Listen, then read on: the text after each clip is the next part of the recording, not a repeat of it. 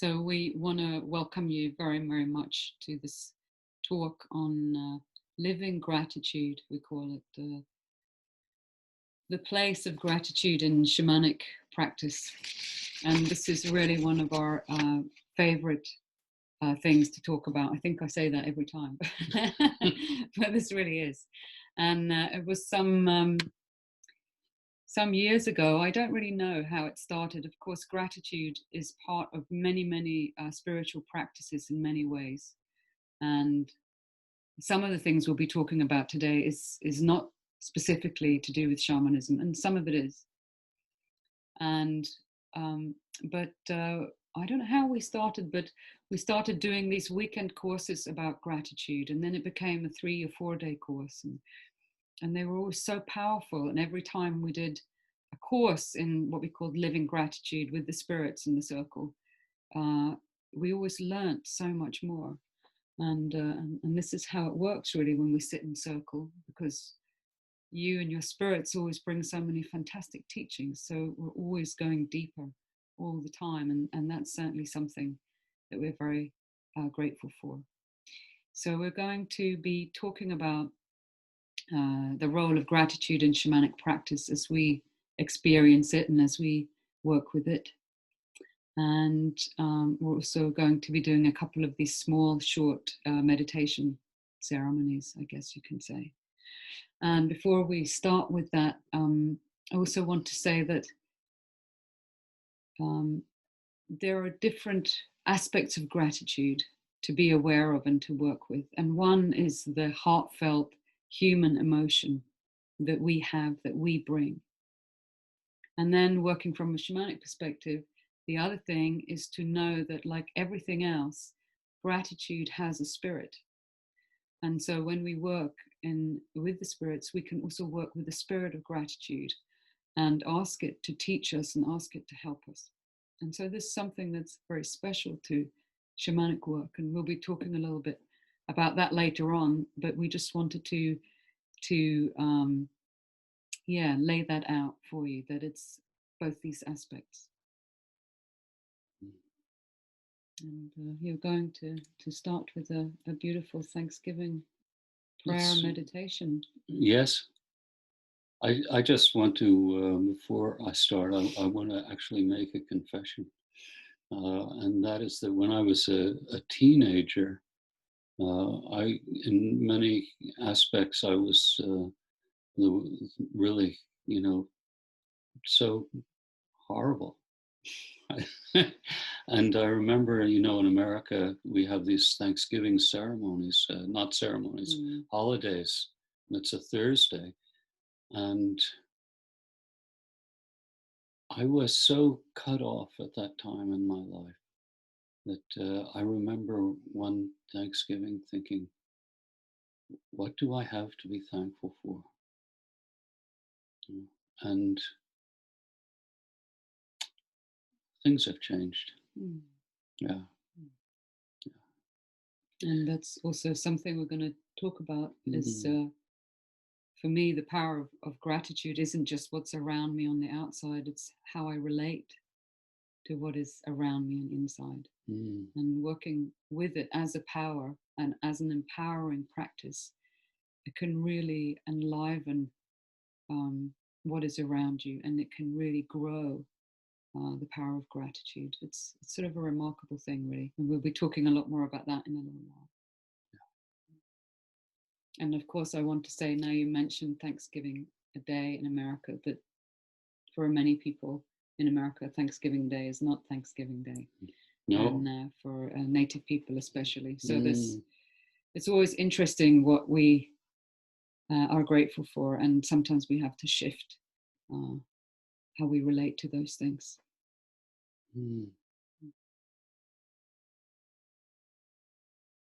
Yeah, we'll come to that later. But we'd just like to start off with this short meditation. And so if you want to just feel yourself sitting here in the circle, this beautiful circle that we have that stretches around the world for all I know. Feel yourself sitting here. And you might want to just close your eyes. Feel your breath coming in and your breath going out.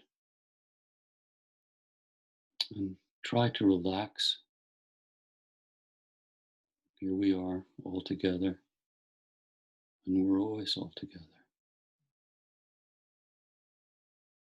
And today we give thanks. We give thanks to the sun who has ignited life on our beautiful planet. Our beautiful planet, the Earth. And we give thanks to the Earth, our home, the continents, the mountains, the seas, the atmosphere, and to all of our relatives, the trees and the plants, and the animals and the minerals, which live here with us. And thank you, nature. Thank you, nature, for giving us food and for nourishing us. We give thanks to the breath in the world as it comes into our lungs, our bodies, and as it leaves and goes out, nourishing the plants which receive it.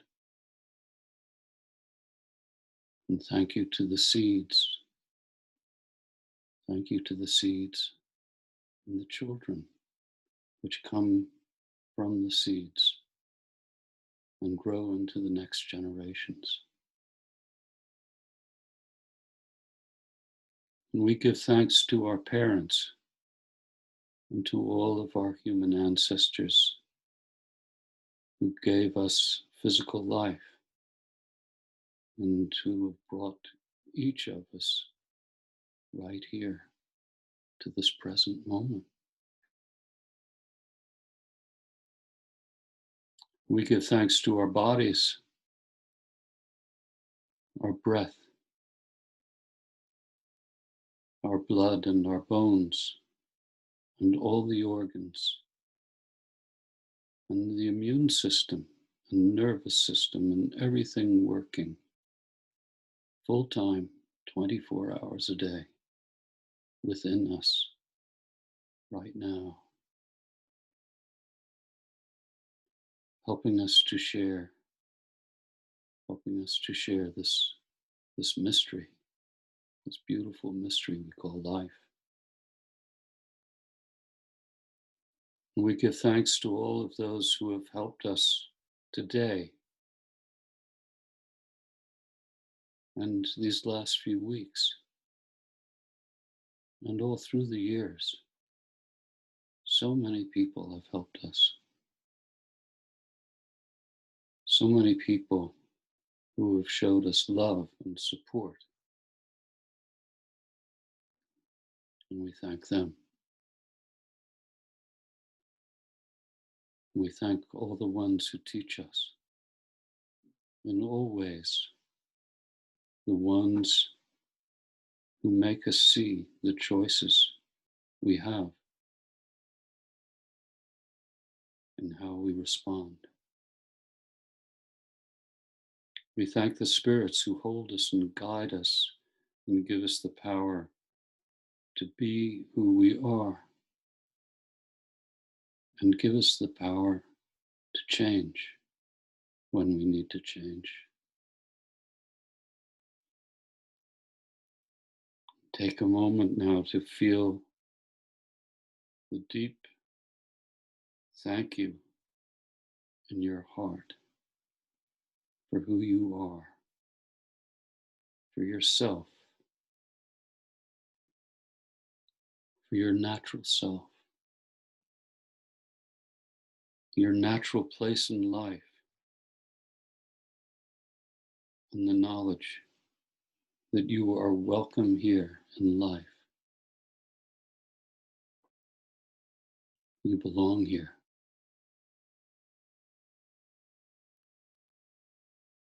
And thank you to all who are here to help us to remember.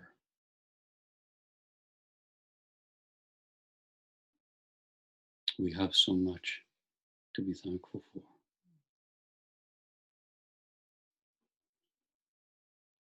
Thank you.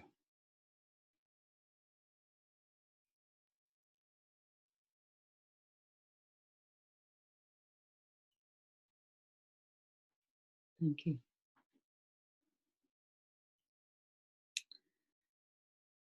So a place we wanted to begin is this experience that maybe many of you have had in the past, recent past, distant past, of being told that you should be grateful. You know, maybe you should be grateful for the food on the table, or you should be grateful for a Christmas present that your aunt gave you, or you should be grateful for going to school, or maybe many other things. And so I feel often when we begin to talk about gratitude, it can be like a pressure. It can be like a pressure that we should do all these things, and we don't really feel it. And then it just becomes more and more pressured. And then we want to think about gratitude or feel it or express it less and less. And for those of you who've listened to us talk about power and shamanic work, you know, we talk about two kinds of ways of working with power, and one is kraft and one is makt in Scandinavian. And one is sort of, the makt is more like controlling and heavy, pushing down, and the kraft is more like when it fills you and uplifts you and inspires you and gives you nourishment and life force. And this, I feel, when we work with gratitude in a shamanic way, from an honest place, that's what gratitude can really help us with. It can have an incredible healing power. And we're going to talk about some of the areas that we've experienced with that through this talk. But I really want to start there, because I feel that if the thanksgiving, if the gratitude in us is not genuine, if it's not real, if it's not coming from a real place where we really feel it, then it doesn't really have this power. And in fact, it can be an oppressive thing. And so that's something to be aware of as you go through life, maybe as you remember back, or as you are aware of where you are, how gratitude is used in society and culture around you, in families. And kind of reclaim your partnership with gratitude, reclaim your relationship to gratitude, and know that it's not something that's being used to control you or manipulate you, or make you feel bad or guilty in some way, because that's also a very thing. It's actually, it has an incredible spirit, and it has an incredible healing power in it when we reclaim our relationship to gratitude. In fact, it's got an incredible power. And, you know, when I think back to this horrible time I talked about, I wish that I had been aware enough at that time to stop myself, and instead of thinking, yeah, you know, like I did, if I had stopped myself and said, listen, Guy, you're alive, you're healthy, you've got clothes on your back, you know? But I was not capable of that at that time. As I said, I feel so blessed. I'm so grateful for the fact that I'm not like that anymore. And things have changed. And it's through living a whole lot of experiences. some of which I had no reason really to feel gratitude about. For example, being drafted into the army and sent off to a war that should never have been fought. At that time, I sure didn't feel gratitude. But years later, when I could look back and see all the changes that that experience had brought to me, changes that I was deeply thankful for, then I thought, if something so horrible as going to a war can make me feel grateful, I should be feeling grateful about everything, everything. And so now I do stop when I feel myself getting angry about something. Okay, it takes me a few minutes, especially when you read the headlines and see what's going on in the world, all the suffering that's happening. I'm not happy that those people are suffering, but I'm grateful for the fact that at least I can learn something and be stimulated to do the small things that I can do to help try to balance things out. And gratitude doesn't mean necessarily that you are saying that something is right that happened. It doesn't mean that you accept everything that's going on. But it's when you work with gratitude as a spiritual practice, not just as a shamanic practice, but a spiritual practice, you step into gratitude as a process. That gratitude is not just about whether I like something or not, whether it seems right or not, whether it was good or not. It's about peeling the lid off and going much deeper into it to see what in this situation could there be for me to be thankful for. And that is not saying that you accept or agree with everything else, but it is a way in. And when we work in this way, what I find is that it becomes a practice of empowerment. Very, very often in life, modern life, shall I say, sort of in consumerist society, we are very much disempowered a lot of the time. We're not really appreciated, and we don't appreciate the life that's around us. And we come up against other people who don't feel appreciated. And so it becomes a big mess of not feeling appreciated. And so just one person in that sort of sadness of not being appreciated, one person that can begin to practice gratefulness for something small. And like I said, through the whole talk, when we're going to talk about this, we're talking about moments of gratefulness that you really mean. That are true and honest, they're real, not things that you have to sort of try and make up or think of something, but like find something that I'm truly, really honestly grateful for. And when I bring that in, it's like this tiny, tiny little glimmer, and it can really kind of spread like wildfire. And it's an amazing power that can really send kind of healing waves through a community. And it's such a simple thing in a way, if we mean it. And it can be a really hard step, especially if you do feel that things are wrong and you do feel very hard done by, and all those things are true. So why would you ever take a step into gratitude? Because it's a step into healing, and it's a step into power. Not just power for everybody else, but power for you. And personally, the more I've worked with gratitude as a shamanic practice, I find what it really does is it reconnects me to life. It helps me to just really bring me into life much more in a natural, sort of empowered way.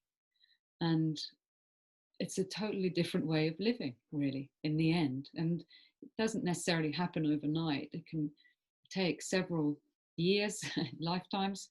But we're going to give you some suggested journey missions that can help you on your way as well with this work. And we never stop learning. So we can always learn further, go further. It's I don't know. I just sitting here and thinking about, I've got a very checkered past. And, when you get to be a certain age, you look back and well, hopefully you start looking back long before you get to the age that I am. But you look back because there's not much, shall we say, time in front anymore. Not that there ever was, but you look back and there are all these things that you've done. And then you get to thinking about, wow, I could have done better that time. I could have done much better. In fact, why the hell did I do that at all? And the act of looking back and looking at that time, what a privilege that is to have lived so long that you can look back at that and say to yourself, I could have done much better. And then realize, hopefully, that the time that has gone past since then, maybe that time started you off on a path of doing better. And so there is something to be grateful for. There's something really beautiful in it. And looking back on that time and saying, yep, I could have done better, but thank you for teaching me.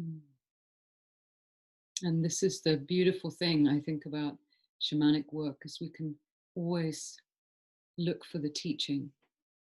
And that's not just a mental thing. That's not just getting, the right answer or some information so I can do better. It's really something that touches us deeply so that we change inside.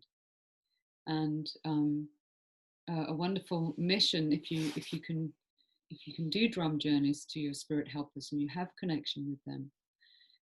If you're in a difficult situation, either now or maybe something happened in the past that you just can't let go, you just feel like, why did I do that? And you're not really at the place yet where you can feel grateful for something, for bringing you to the place you're now. Something you can do is ask to see that situation through your spirit teacher's eyes, or ask to see the teaching in that situation. And I find what often happens with me is when I go on the journeys with the spirits, it isn't just a question of receiving guidance information. It's a real question of experiencing something. And I love the fact that it's called the journey, because often I find myself literally in a different place at the end of the journey, right, than from where I started. It's not just a place of getting an answer, it's a place of having gone through something. And so when I get to the end of the journey, I'm literally changed. And maybe what happened in the past, we can never change what happened in the past, but we can change our relationship to it. We can learn how to forgive ourselves. We can learn to find something that we're truly grateful for. And we can also do ceremonies that help us release and transform whatever has been stuck there. So there are so many really beautiful ways to work with this kind of issue. And gratitude is just one of them. I just really want to, underline something here, because here we have like an hour and a half to talk about gratitude. And from what we've said in the last 25 minutes, it might sound like, oh, this is really easy, like rolling off a log. And it's not. It's not. Some sometimes it takes years and years and years. And for example, when I got back from the war, it took me at least 10 years to stop having nightmares about it, right? And another 10 years to understand that, okay, I could have done a lot better. And okay, I was just a pawn in the game. But still, you know, I'm not a villain. Right? And then 10 years after that, I had this realization that I had to return to Vietnam.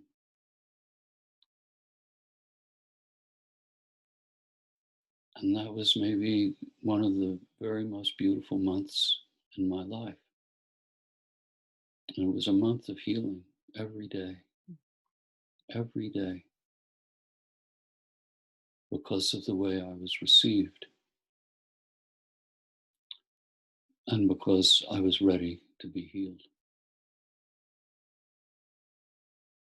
And right before I left Vietnam to return to my home, I had this crazy thought. And the thought was, the reason I was sent to Vietnam was so that I could come back to Vietnam and be healed. And crazy thought as it was, there was more than one grain of truth to it.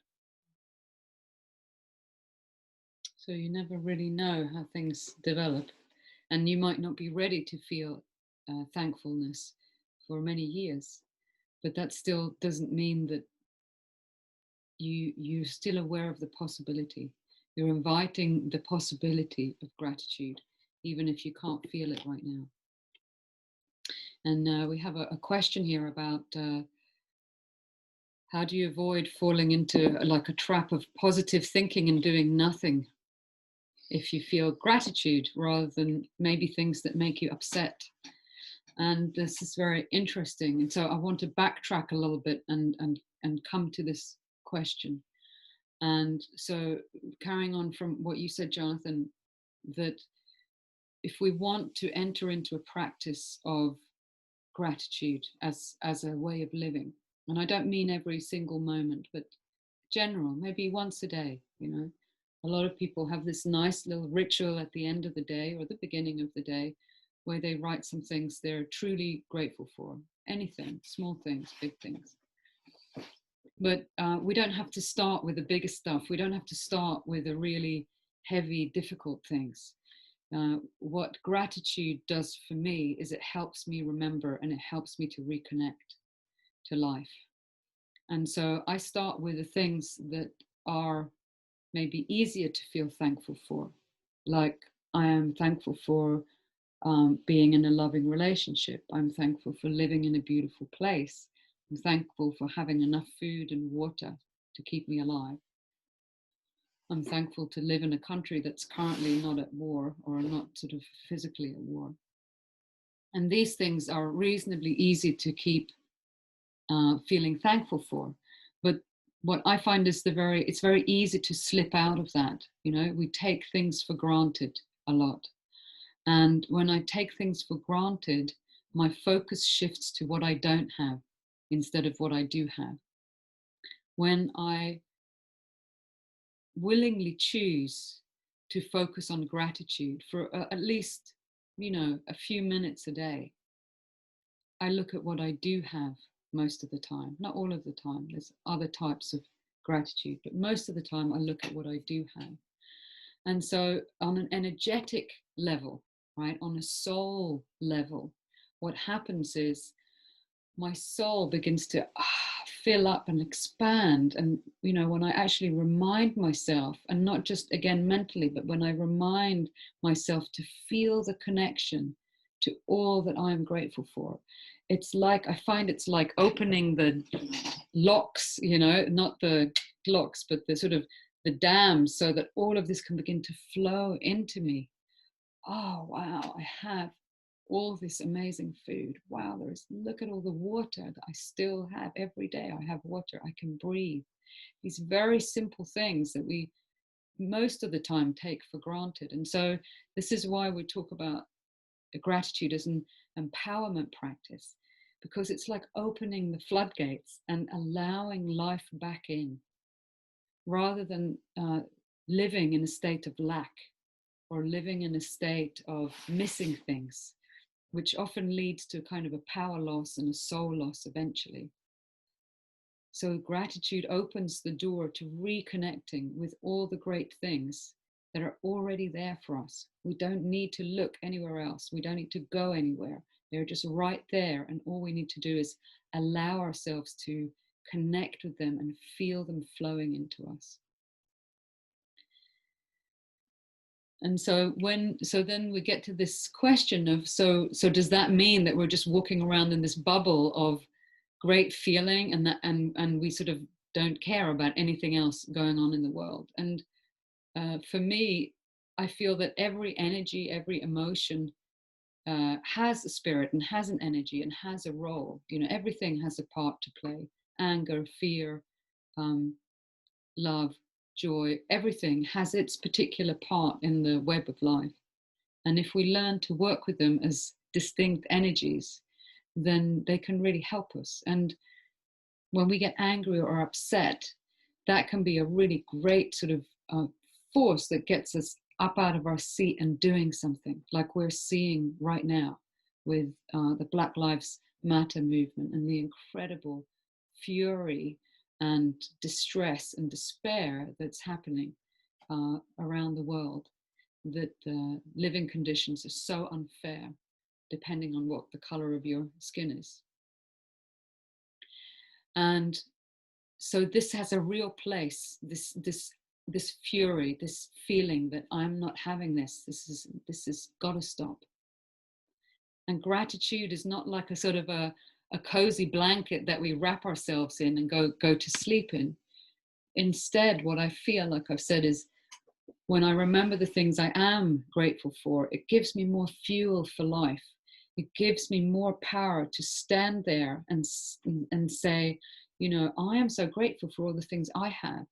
So now I feel I can go out and help other people also feel that they can have some of those things, or that I will walk with what I have and go into the places where I think I can help and use that power more.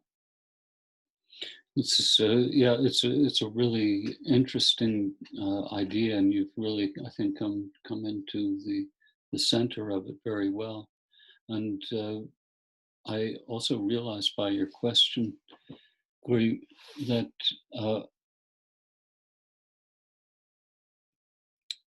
the feeling of gratitude, I think, I mean, a true gratitude, it is showing that that person is open. Mm.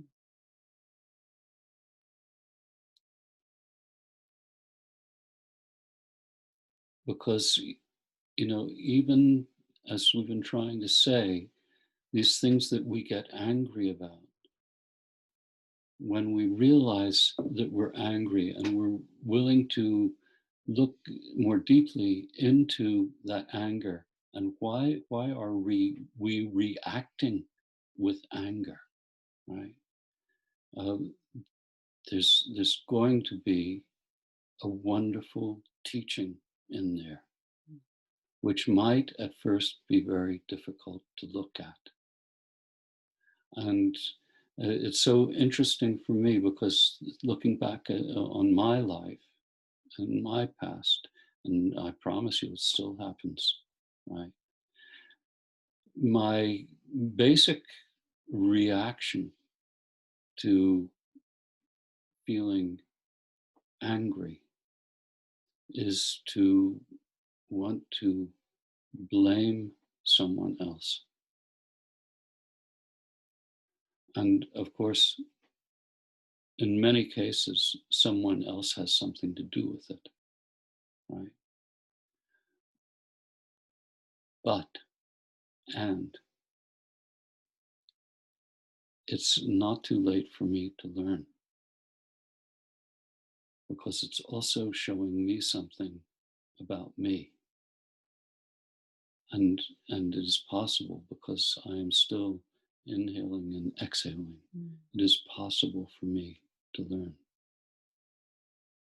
And this is something to be grateful for. And that's maybe sort of the foundation of gratitude almost.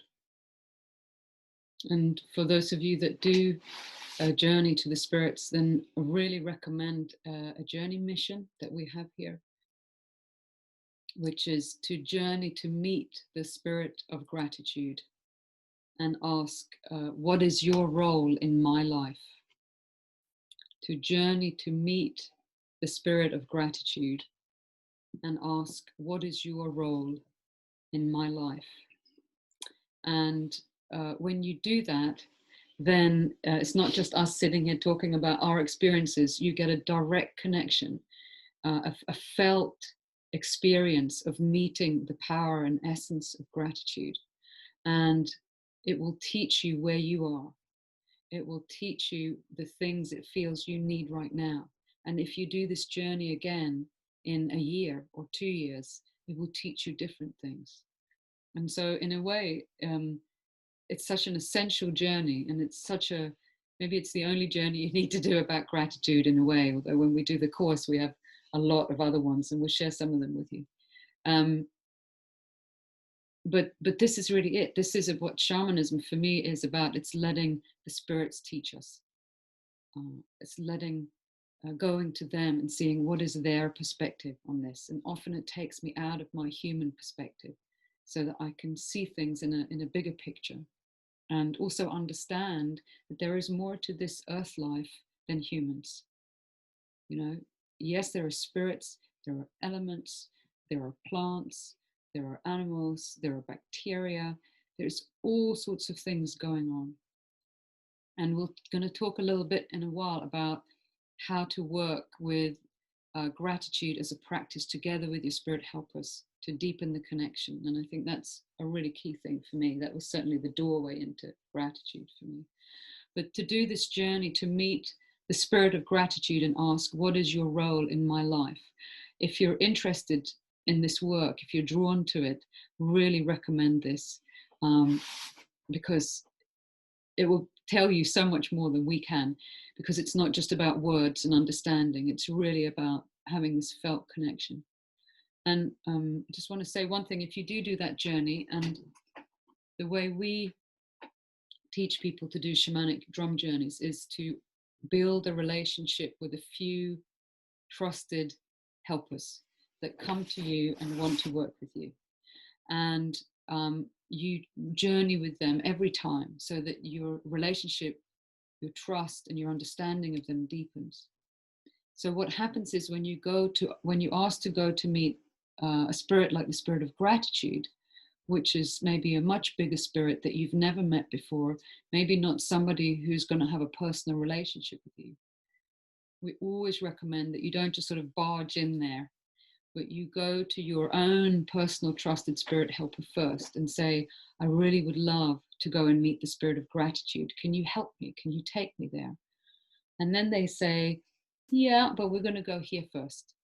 And, you know, you need to pick something up that you're going to present to them as a gift, or you need to be cleaned first, or actually you need to be a bit patient. I'm going to teach you something else, you know. And then when you do get there, if you get there, it might be in a totally roundabout way that you had not expected.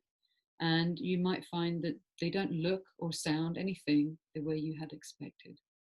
And you might also find that having your personal spirit helper there, they can help to make introductions, you know.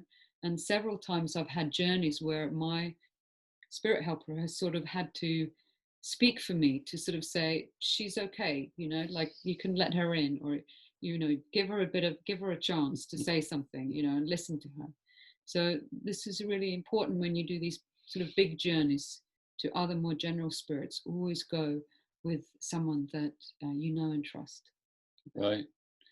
And what you were just saying,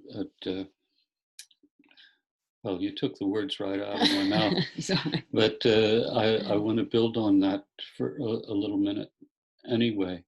And that is that, as you mentioned, sometimes our spirits have another idea than what we have. I want to journey to the spirit of gratitude, right? And so then I go and meet my spirits and say, I want to go journey to the spirit of gratitude.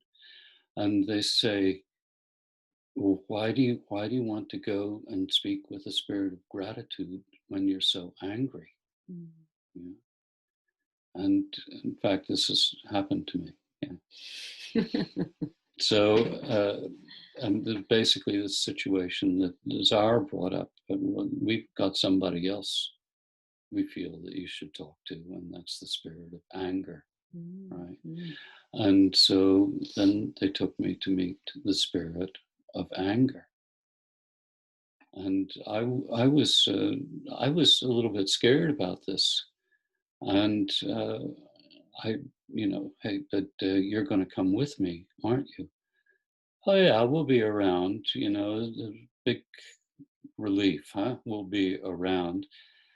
And then it was the really most remarkable thing, because of course I thought that the spirit of anger was going to look like somebody with a lot of muscle and very high blood pressure, eyes sort of bulging out, and pointed teeth, and reddish complexion. You know, this is what I thought the spirit of anger was going to look like.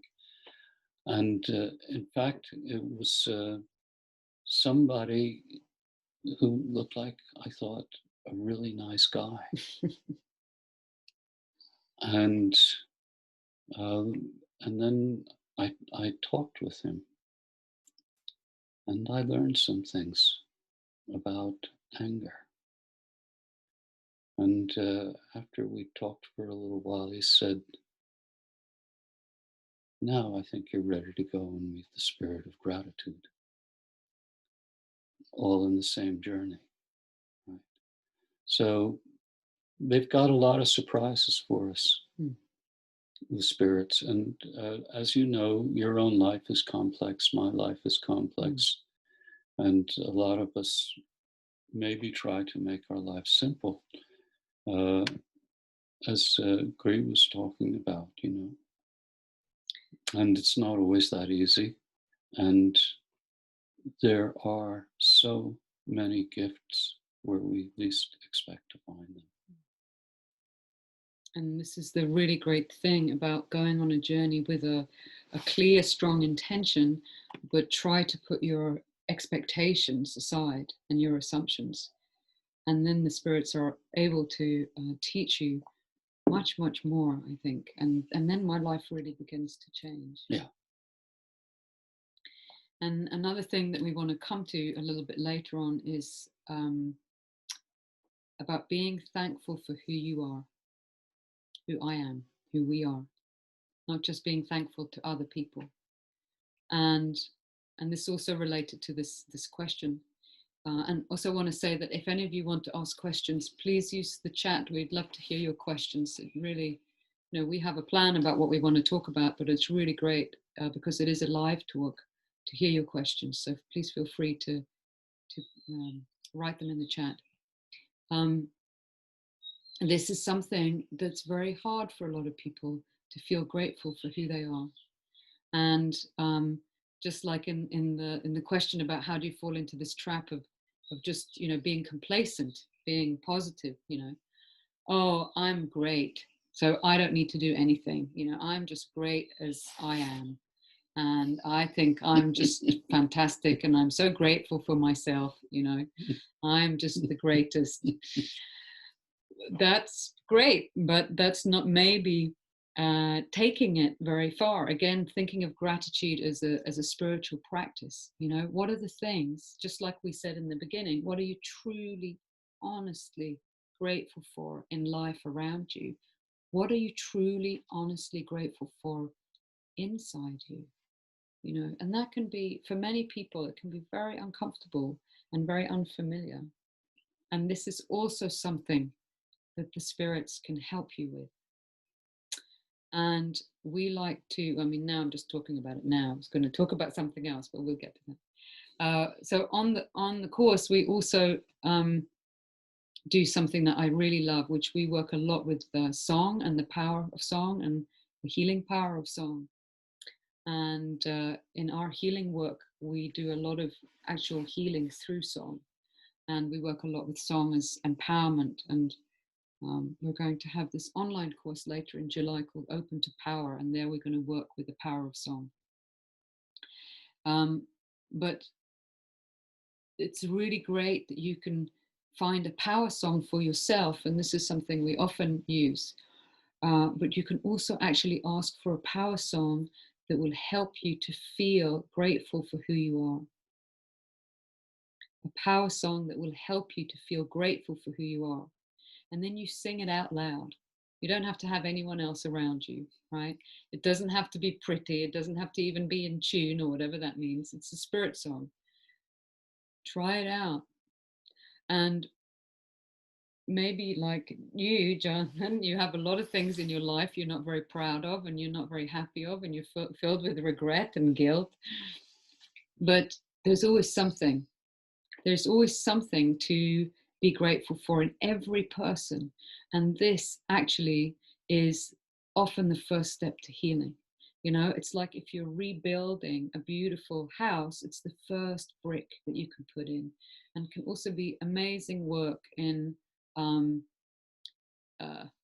prisons and in working with difficult situations where there may be a lot of reconciliation that's necessary, to find something that somebody can be truly grateful for, either in themselves when they're so filled with shame or guilt, can be an amazing thing. It can be the first step that allows other healing to take place rather than just keeping it shut. And so if you think of yourself not just as a human being, not just as a sort of ego person, oh, I am Zara and I'm this old, and oh, and this is how I grew up and these are the jobs I've had. If you know, in shamanic work, we know that we are beautiful living souls, right? And that's something we can tap into. That's something we can begin to be thankful for. So if you're having a difficulty with your physical, ordinary life, you can begin there. Mm-hmm. This reminds me of one time a few years ago when I was having very low self-esteem, shall we say. I went to see my teacher. Your spirit teacher. My spirit teacher. And I was going, and he looked at me, and he can do this. He can look at me in such a way that I know he's going to hit me with a whammy, you know, something that's just going to be unforgettable. And here I've been moaning and groaning about what a miserable person I am. And he looked at me and he said, "You are wonderful and perfect." I started laughing, you know. I thought, you know, like, haven't you been listening to me for the last, you know, 3 days? I've been crying at you. And he says, "No, you are wonderful and perfect. And tomorrow you will be even more wonderful and perfect." And then he said, "And now you can go home." Right? And I said, "Go home, go home." And he said, "Yes, you go home now. See you soon." Right? And he knew that he got me, because he knew that I would never forget that. Right? And it's kind of difficult to explain because obviously to the rest of the world and myself, I am not wonderful and perfect. But on the other hand, my teacher, who I respect and trust and revere for being the wisest person I've ever met, he says, I am wonderful and perfect. And so there must be something in it. Right? And one thing I've come to realize is that just because I'm wonderful and perfect, that does not mean that tomorrow I cannot be even more wonderful and perfect. And in a way, what he was saying to me was, you are the way you are in this moment.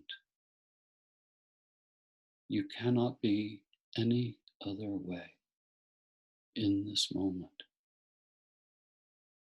But this is not how you're going to be for the rest of your life.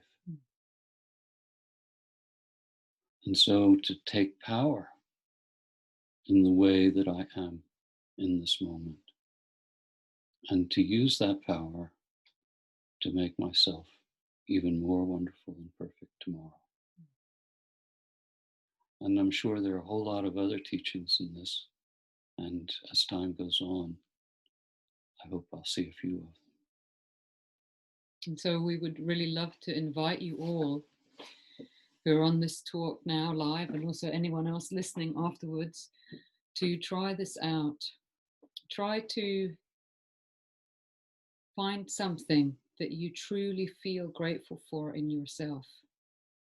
Not in your life around you, but in yourself, in who you are, right? And it could be something very small. It could be, what could I be grateful for? I am like that. My love of words, right? I'm so grateful for that in my life. My love of words, and it doesn't mean, I'm not saying I'm a superstar at words. I'm just saying my love for them. You know, I have a love for them. I have a curiosity and an interest with them. I can be grateful for that. I'm grateful for that. I really am. And it brings me joy, you know? It doesn't make me feel like I have this huge ego and I'm going to go around and be better than everyone else. It just brings me joy because I think, wow, I am just so glad about that. And so you can begin to build this as a power practice, and you don't have to say it to anyone else. And it's not a competition, you know? It's not about being better than anyone else. It's about being the best you that you can be while you're here and alive. You know, life is so short. And I think for me, my spiritual practice is not about being anywhere else. It's about really experiencing the earth life while I'm here, as a human being, as a body, as physical matter with the soul. And I just think this is the most fascinating, amazing place, the earth. And what a ride and what a life. And so let's be grateful for the things that we have, for the things that are around us, so we can really live while we're here, rather than waste our time wishing for things to be different or wishing that I was something else. You know, we can work towards them, just like we can work towards all human beings being treated equally, or all beings being treated equally, you know. Human rights, earth rights, all these rights. We work towards that. We don't accept that everything is right. But at the same time, I remember that there is so much already to be grateful for. So my glass, if you like, is constantly filling up rather than draining out. Because when it drains out, I just can't do anything. I just get depressed and listless and disheartened. So try it out as a practice, the things that you're actually truly grateful for, and see how easy or difficult it is. Yeah, today I had this wonderful experience. You know, it's this incredible time of year, you know, where everything is just nature is exploding, and I yeah, We have a couple of patches of daisies, right? And they're wild daisies. They just came all by themselves, and they're more and more every year. I just love these daisies so much. Mm. And so I was having a little conversation with them today after lunch, and I was thanking them. I was thanking them for the joy they bring to my heart. And I was thanking them for helping me to realize that a daisy can bring joy to my heart. And I don't think this is some kind of avoidance technique or anything, because feeling that joy for the daisy was empowering. It was empowering and helped me to get on with the things I had to do after lunch. It really reconnects us to life. Yes, exactly. To the sort of life force. Exactly. And I also had a wonderful moment with the daisies early this morning, and it was surprising, and it just made me overcome with joy and gratitude that something so small could be so important and could help so much. And we want to move on to talk a little bit more about this, about the role of gratitude in our relationship with our spirits. And Nelly, I saw your question about song, and I'm not sure we're going to be able to cover that here. We'll come to that in other courses or talks. It's really wonderful about song, and sometimes you just have to trust that the song comes when you need it, right? Or one time you asked, how can I remember them? Because some songs I remember, some come for the moment and go again, and that's okay. But they have given me little tricks through the years, so we share that another time. But I think for me, the real entry into this gratitude work with the spirits was in my relationship with them, just like you talk about with your gratitude to the daisy today. It sort of got to a point after some years where I just started to feel I had received so much from them that had truly changed my life. And I was attracted to shamanic work, partly because I felt it could help me in a way that nothing else could. I tried a lot of things, and it was really bringing me back to life in a way that nothing else had. And that's why I love it more than anything. And so there I was, some years down the line, having had a lot of healing work and soul retrieval work, and coming from a place of feeling separation and isolation and loneliness into a place that gradually became filled more and more with circles and community and sharing. And I just got to a point where the gratitude was just filling me up, true heartfelt gratitude, that I felt, how much have I received?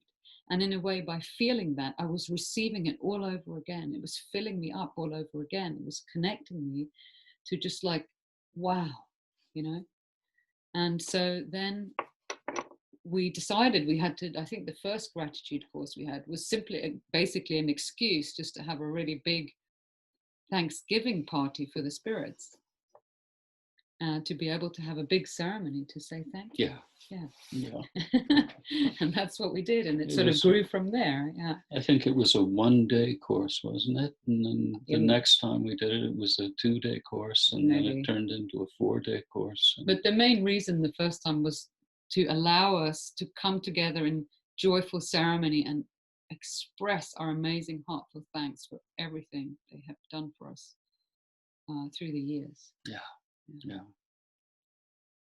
And so we often say this whether you work in nature or working with your spirits, at the end of a journey or a medicine walk, you often say at the end, say thank you, or ask, how can I thank you? Right?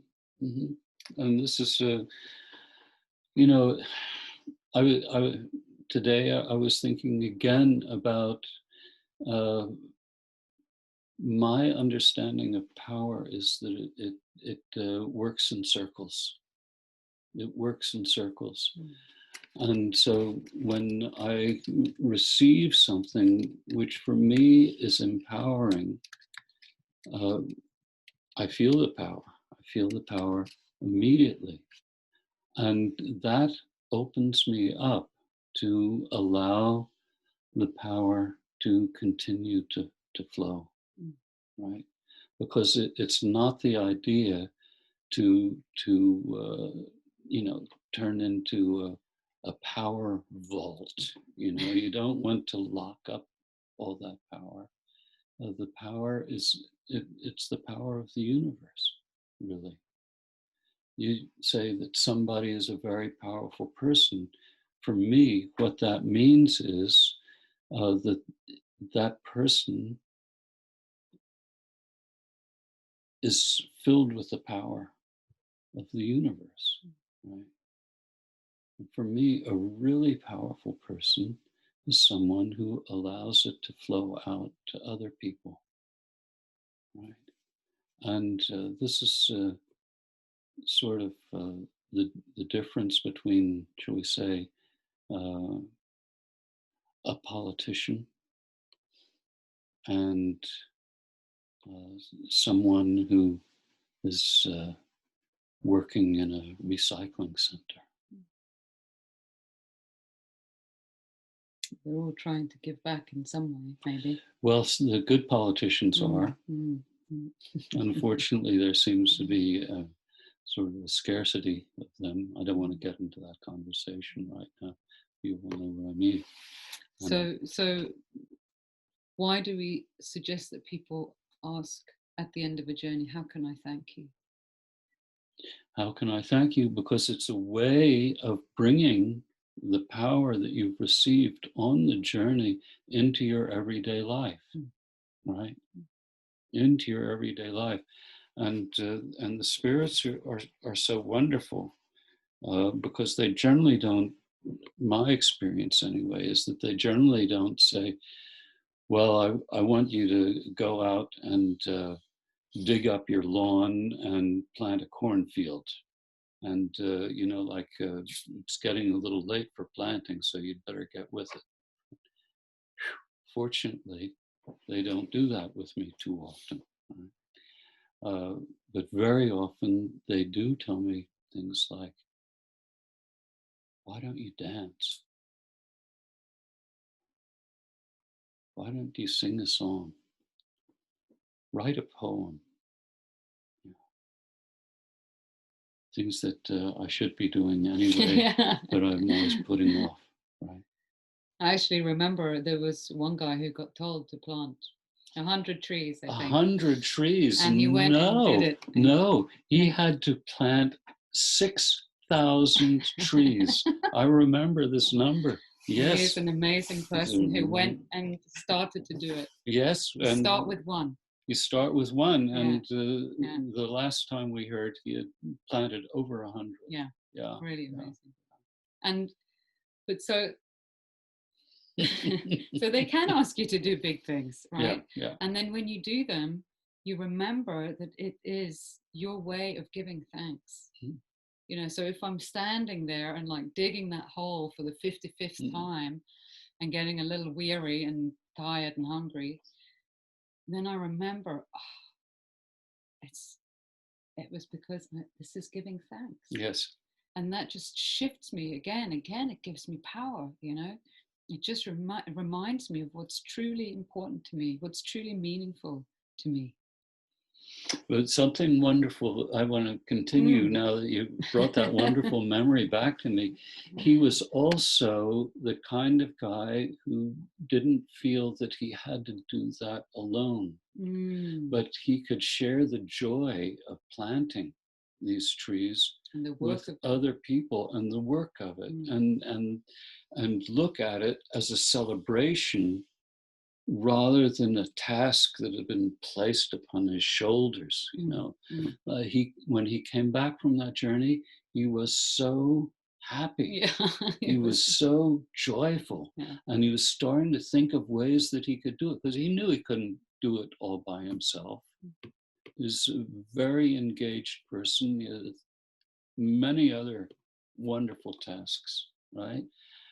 But this idea, and he could involve other people in it, and share the joy, share the joy. And sometimes the spirits say this to us, not as a kind of a test, but just as a doorway to open something in us. And that's also why I love the journey, because the journey takes me somewhere, like I said, but that's just the beginning. The end of the journey is the beginning. Then we step from that place, that change, that power into life with what we've been given. And that's where the adventure really doesn't start, but it carries on. But I want to say something about this, about giving thanks to the spirits, because I found through the years, I realized with myself that because I'm brought up in a kind of a capitalist world, and even though it's well, you used to be a bit socialist, but certainly a consumerist world. It was I was brought up in a society that was very much based on money and paying for things, and so I realized that there was always a risk or a danger in me, that when I said thank you to the spirits, it was sort of like paying back. Okay, you gave me something, so I have to give you something, right? And then that way we'll be equits. So I'm not beholden to you, or I have a difficulty receiving, so I immediately have to pay back something, right, to restore balance, which is not really what balance is all about. And we'll talk more about that another time. But so I've really tried to notice that in myself and moved away from this feeling and thinking of like, okay, you gave me something, so I have to give you something back, right? Fair deal exchange. And instead, when I come to ask the spirits at the end of a journey or a ceremony, how can I give thanks to you? It's not like, okay, how can I pay you back?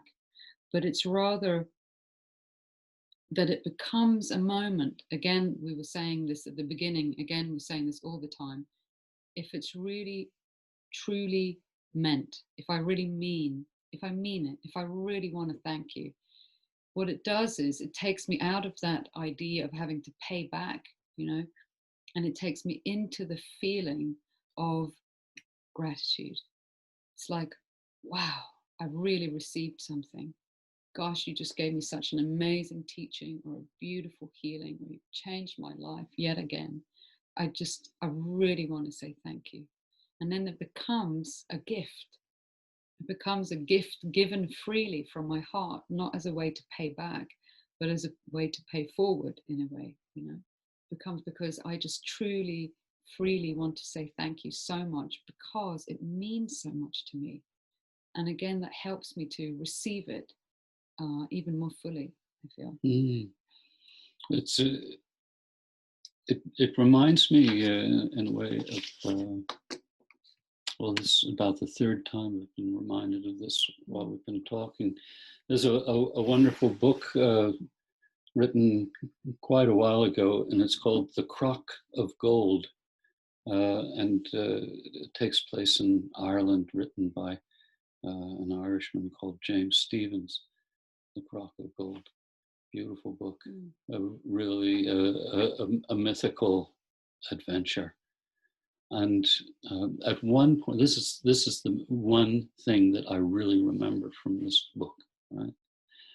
And there are these two people who meet each other on a road. They're both traveling, and they start talking, getting into a very philosophical conversation, as I recall. And they decide to sit down together. And one of them has a very small amount of food with him. He said, I have this small amount of food. Would you like to share it with me? I'm sorry, it's hardly anything. And the other one replies, no gift is too small.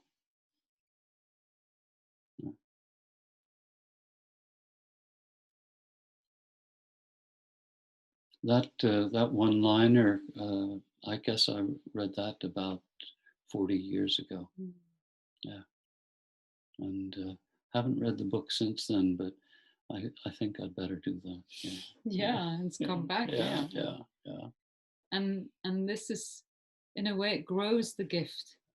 When we feel the gratitude, we feel the meaning, we feel the true meaning, the true nourishment of it, and we're really able to receive it. And maybe that small little seed is like really flourishing and growing into a full-blown flower or tree. Mm-hmm. So if this is something that feels interesting to you, you can actually do a dedicated journey, maybe like twice a year, on the solstices. What was the title of the book again, Jonathan? The Crock of Gold. The Crock of Gold, yeah. By James Stevens. Yeah. And so you can do a dedicated journey once or twice a year, I would say, where you journey to your spirits with a mission to something like either, how can I thank you for all you do for me? How can I thank you for all you do for me? Or how can I give thanks to you now? How can I give thanks to you now? Or my favorite really is, how can I live my thanks to you? How can I live my thanks to you? That's a really wonderful one, because that's a little bit more like, okay, you have to step into that one, right? But that's what it's all about. I mean, we receive so much from the spirit, so we can step into life and really live fully while we're here. So this can be a lovely journey to do once or twice a year. And what I find is, when I do these Thanksgiving journeys, or I do these Thanksgiving ceremonies with them, because I want to, not because someone says I should, or so I can be good, or so I pay them back, but because I just have so much gratitude I want to express. Then I find what happens is my heart really opens to them, and like it brings us closer. It makes our relationship even more connected. And we talk a lot about this on all our courses, about how for us the foundation of shamanic work is really the shaman's relationship with their spirit helpers, and to spend time building that so it's a strong and solid foundation. And for me, it's certainly filled with love and trust. And so it's like, it's so strong. And so when we come to do bigger work, me and my spirits, big healing work or big ceremonial work, all of that has gone into it. So our relationship is so strong, because I have really, really, when I express my gratitude, I have gone so much deeper into my relationship for them. I remember how much they mean to me, and then I just want to do anything for them, really, and then they can really ask things of me. Yeah. So yeah, absolutely. Right. Like while you're speaking, I came to think about this thing about the relationship of giving and receiving. And in a way, like if you take the yin yang sign, right? You could look at one half of it as being giving, and the other half of it as being receiving. They're inseparable. They're inseparable. And this is why I often come to think of these inseparable things as circular motion, and that's also another thing about the yin yang sign. I mean, even though we see it as something that is still, in another way, it's really spinning. It's really spinning. It's energy. And so thank you for that. And we have a lovely question here also, not only about the difficulty of feeling grateful when you feel worthless, but also difficult to feel grateful when you feel miserable. And I would like to speak a little bit about that from a shamanic perspective. So again, remembering that there's both the sort of human aspect to it, and there's the spirit aspect of it. And I guess there are many ways to feel miserable. And for me, what I'd like to say about that right now is it's often a kind of a power loss, right? Misery is sadness, and it's disappointment, and either at myself or at someone other human or at a situation in life, and things seem hopeless. And so for us, we keep coming back to the real center of our work is really working with power. And as we talked about in the shamanic healing talk, re-empowerment is the first step to healing. Re-empowerment can be a kind of shamanic first aid. And we've talked a lot about gratitude as a kind of re-empowerment. And if you feel worthless or miserable, it's often from a shamanic point of view that your energy is low, or it's been sort of draining out somehow. And the difficulty, often in healing work, the difficulty is that first step, that opening the door, that asking for help, that idea that it might even be possible. Even if I can't feel it right now, I'm going to keep the door open to the idea that it might be possible.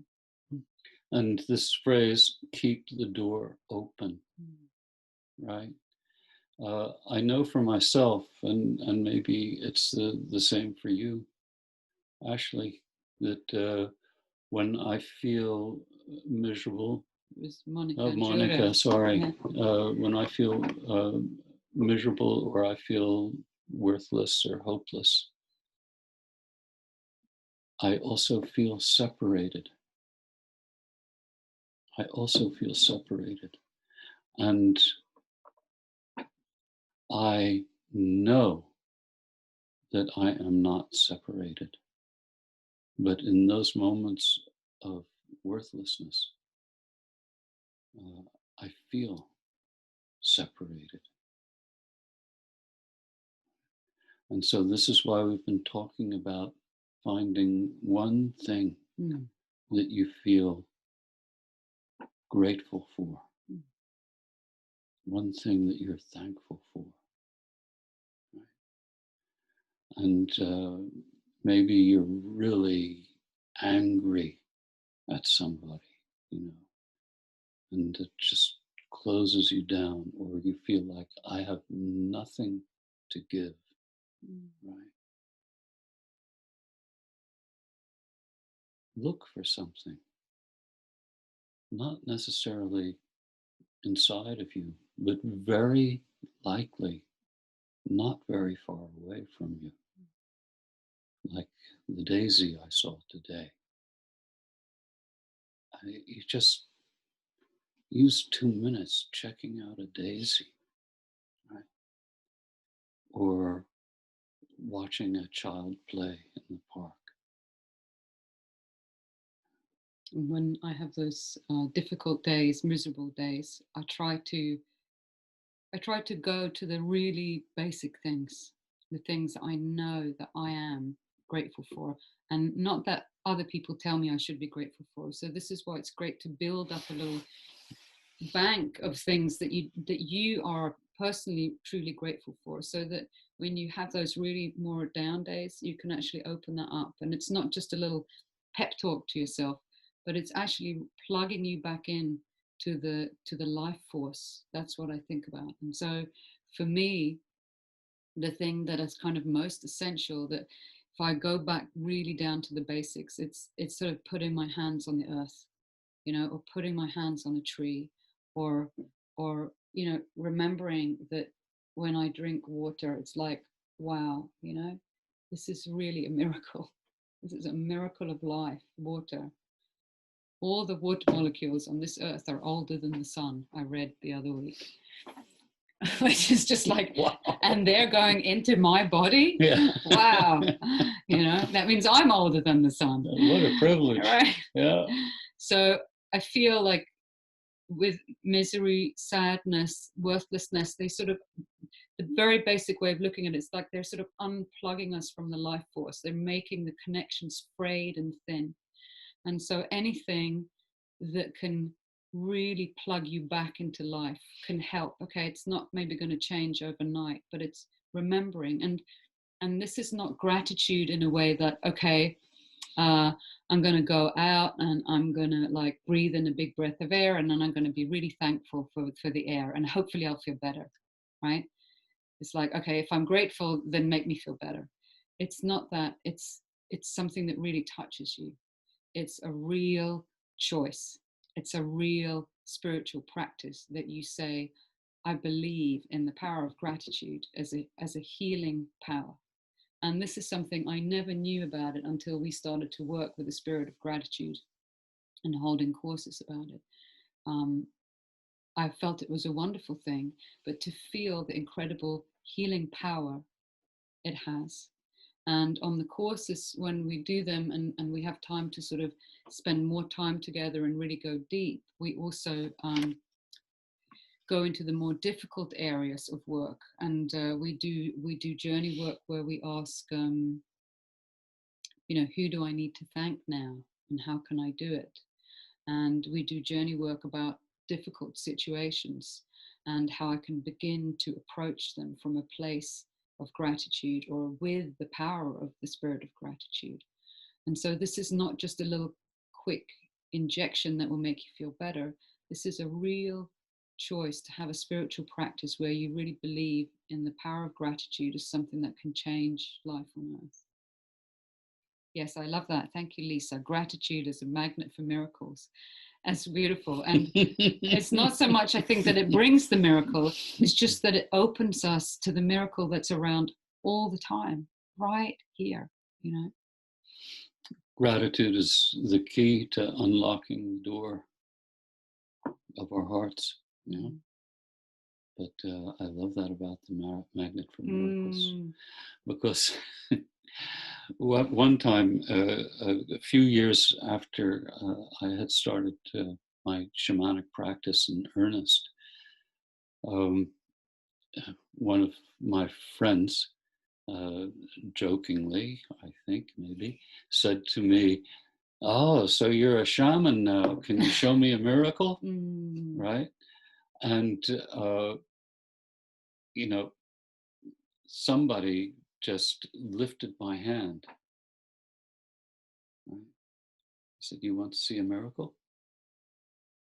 Look at that." And that was the end of the conversation. Right? And I was just as surprised as he was. But it was such a teaching for me. Yeah. Such a teaching for me. Right? They're everywhere, miracles. Yeah. Yeah. So it's really the doorway to life, I feel, one of them. And I want to address this question as well, a wonderful question here from Christy. And then we have one more thing I really want to talk about. So we're going to keep going, and if you have to leave, go ahead, feel free. But we're going to keep going for a little longer. And you can come back and watch it on YouTube. Watch it on YouTube in a week's time. Yeah.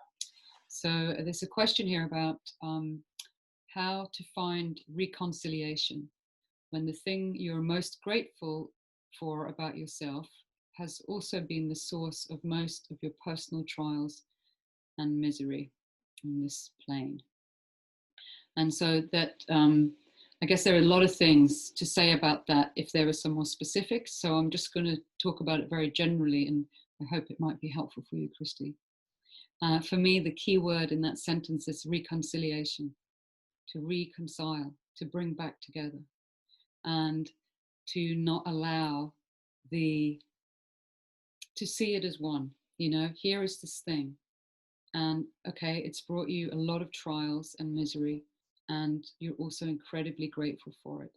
And now I don't know, some of the things that I've gone through, as you were talking about earlier, Jonathan, I'm grateful to them after I've gone through them, because they've taken me somewhere, just as a spirit journey does. If you really ask for help from the spirits, from life, to go through something rather than around it, not take a shortcut and just run away, but you really want to go through it, you really want to learn, you really want to deepen, you really want to ask for help, you will be changed by it. And after you're changed, you will feel different about what happened. That doesn't mean you want it to happen again. Right? No, thanks. But it means that you can be incredibly grateful when you're on the other side, because you can see it differently. It's like you're standing on the other shore and you see it for what it was, which is different from being right in it. And so for me, there doesn't need to be a separation there. You're just accepting the thing for what it was. It brought you something wonderful and it brought you something difficult. And maybe the whole point is it could only do it because it did those both things.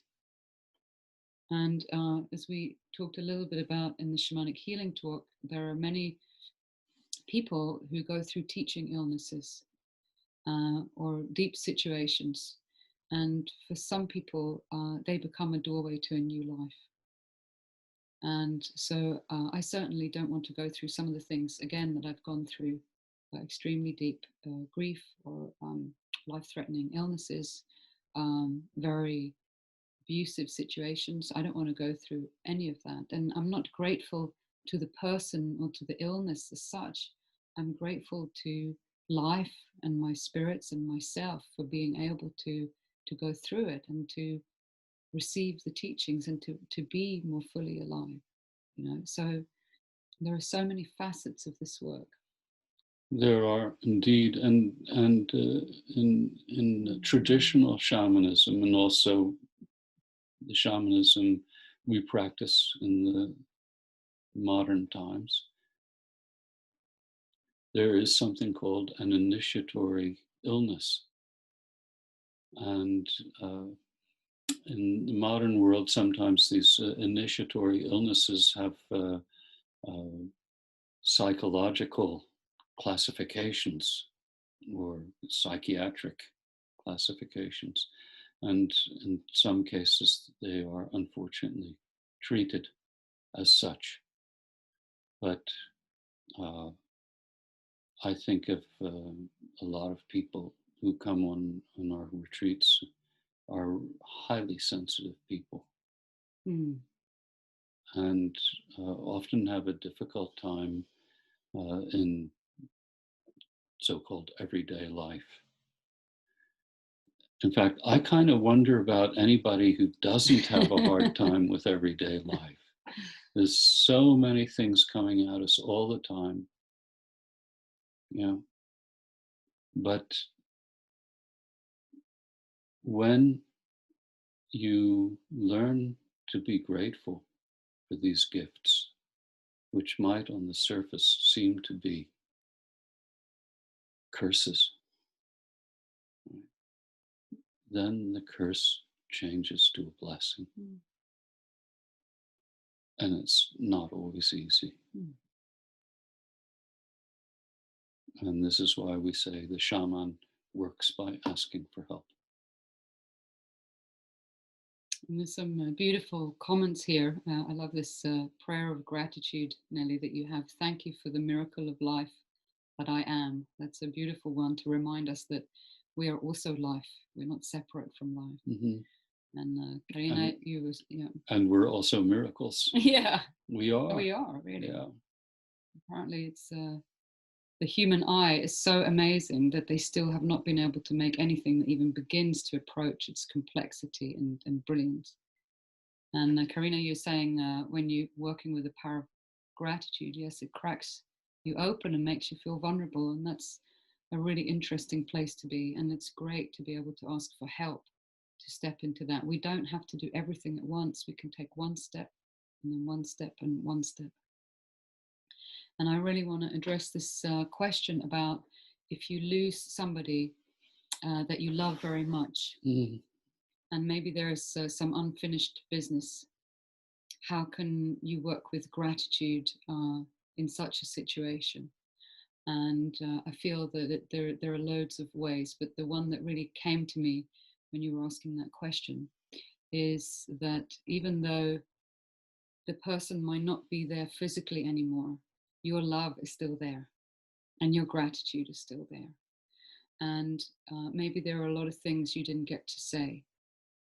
And so there are several kinds of ceremonies you can do that. And by ceremony, we can mean something as simple as writing a letter and then lighting a candle and putting up a little picture of the person, and then just sitting and reading it out aloud from your heart.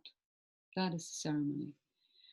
And maybe you just want to write a letter or a poem or a prayer about all the things you were thankful for your life with that person. And you can allow that to take time. And maybe you've already done that and you can do it again.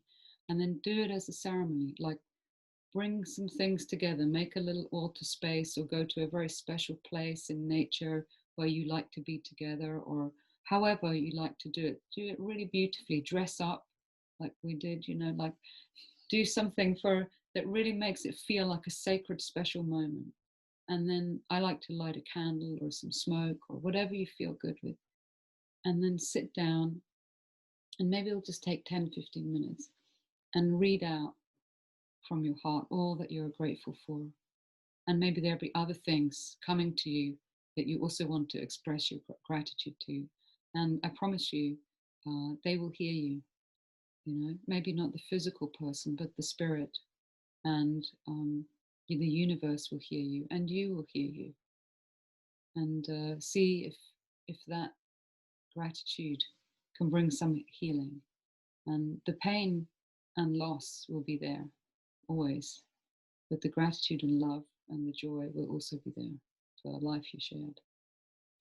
I'd like to just add a little bit on to this. One thing is that which might interest you, and it might also be a source of inspiration for you, is that the great poet and philosopher Rumi had a teacher who he loved as much as he loved life.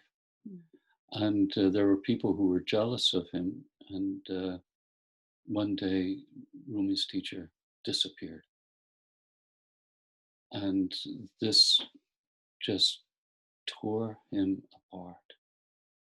And he wrote many, many poems about it, trying to somehow or another come out the other end.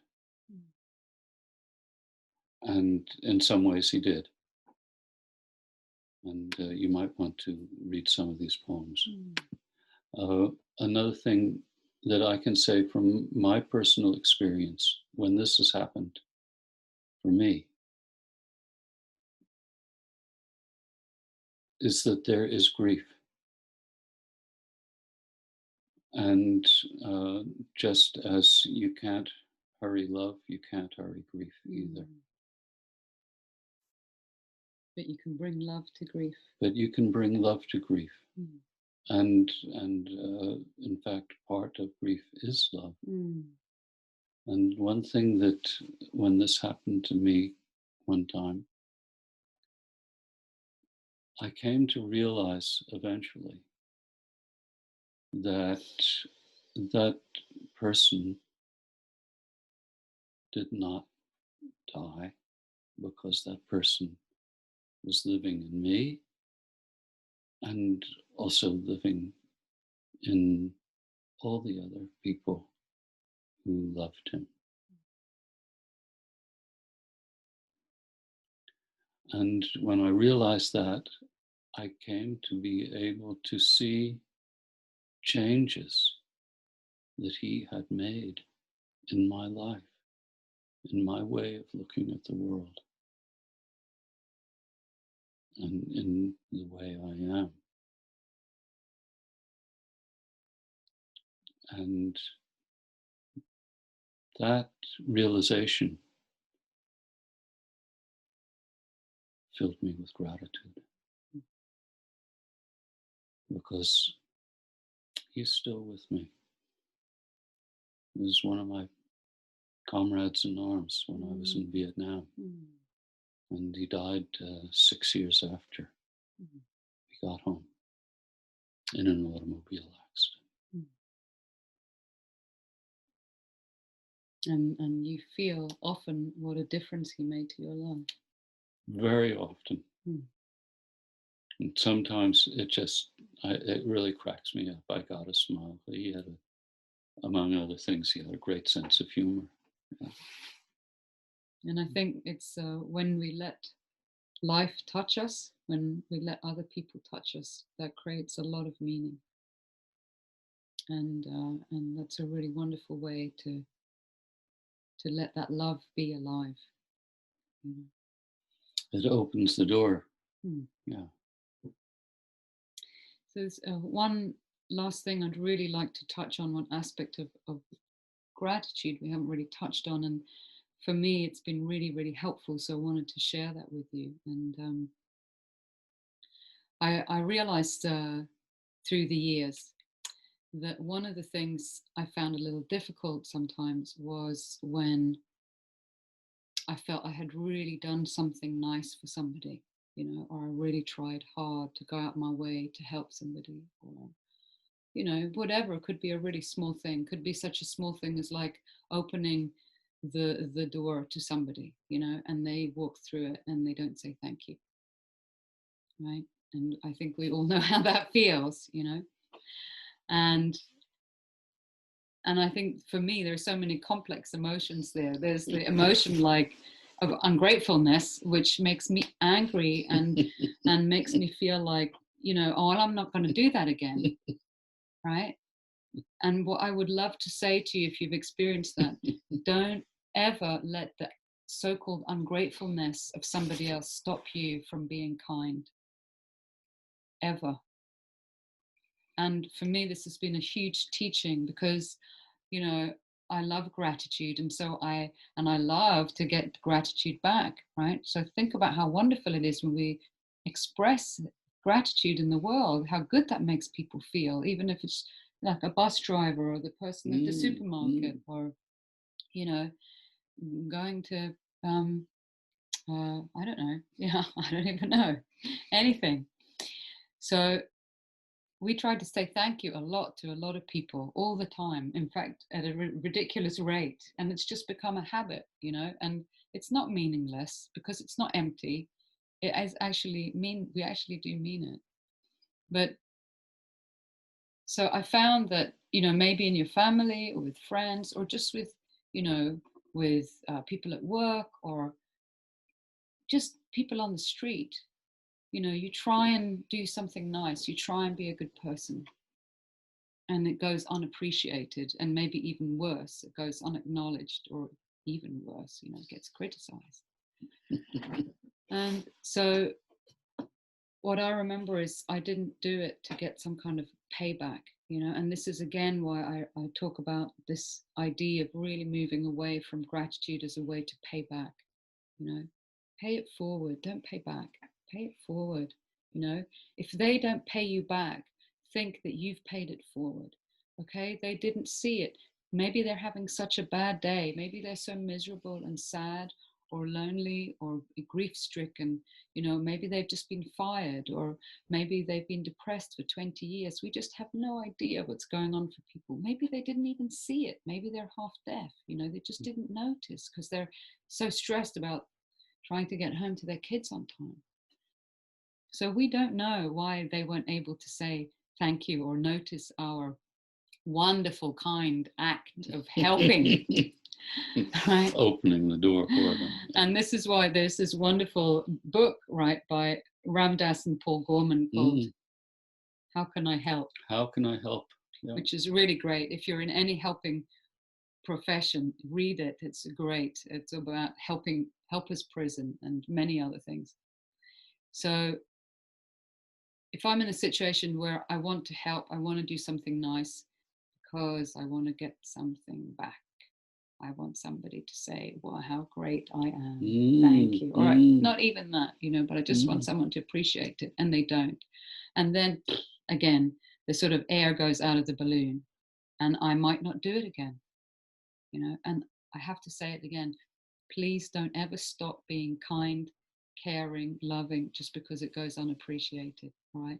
And I just want to share with you a little tip, a little trick that the spirits taught me. And it's only like not so long ago that they taught me this, a while back. And I was going through this kind of miserably saying, God, I just tried so hard for this person and they don't even realize, and they're certainly not grateful for it. And, you know, like, really, why do I bother? And my spirit teacher, she turned to me and she said, well, if they're not grateful to you, you can be grateful to us. And I said, what? And she said, if they're not grateful to you for the work, this was a situation where we did some healing work. If they're not grateful to you, you be grateful to us. And suddenly it just went click in my head. And I stopped looking for them to give me gratitude for what had happened. Because it wasn't just really about me doing something great. It was about a miracle of life happening. And I said to her, and she like opened a door in me and made me feel grateful for the help that they had given me. Right. And it just really changed everything for me. Yeah. And I don't mean that I don't feel those things, but it just, when I feel them, I remember that there is another way, you know, and I remember that, okay, they weren't able to say thank you today, but I can say thank you. I'm saying thank you to life, to my spirits, to myself, to whoever helped me. I'm saying thank you. Thank you. But it's, you know, because we all maybe need someone to say thank you to us. So if we remember that, we can say thank you to other people and really mean it, like really mean it. And that's why we started off by saying that gratitude can be a really radical act. I guess it is. I guess it is. And a very powerful one at that. Yeah. So we hope that you'll try out some of these journey missions, and because then you'll really be able to go deeper into this work together with the spirits. You know, it's lovely to share it between humans, and it's also really great. And of course, one of the main aspects to be really grateful for is the earth. And so if you really want to do something, you can also ask how you can thank the earth for all it gives you every day. And if you can't figure out how to do that, don't be afraid just to say thank you to that daisy, right? Or to the beautiful tree, or to the rain that's falling. We have last few summers been having droughts here. It's funny, you don't think of Sweden as a place of having droughts, southern Sweden, but so blessed rain. Yeah. It's all a blessing. And thank you for your beautiful stories. This beautiful story about the kittens from Henrik. Really fantastic. You know, we just never know when a little miracle will happen. And we're also grateful to you for sitting in circle with us and taking part in this conversation. And before we finish, we want to do a little Thanksgiving prayer at the end. Good. Right? Yeah. So if you like, you can close your eyes if you like, and you can feel yourself holding hands with all of us here in the circle. You can feel yourself holding hands.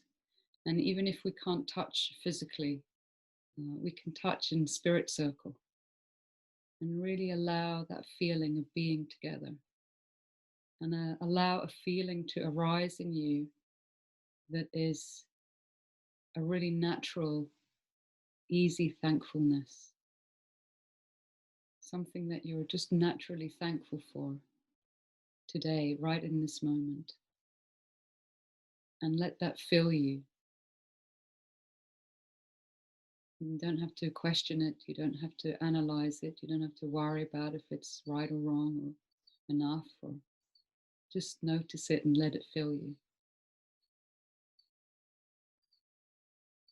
And I really want to thank the spirit of gratitude for being with us and for being here in life and teaching us. I want to thank all of my spirits and all of our spirits for being here with us. I have a very strong feeling that they have been here in circle with us, listening and supporting us and teaching us. And I feel when we look at these things we talked about tonight through the Spirit's eyes, we see that they are huge, mighty forces that can really help us. So I give thanks to the Spirit of gratitude. I give thanks to all who've been here. I give thanks to all that keeps life alive, the beautiful four elements and everything in between. And I thank the circle. I thank all circles and the circle of life for allowing us to take part in them. It's really a beautiful day today. Thank you. Thank you for this day. Thank you for being here. Hope to sit with you in circle again. Thank you.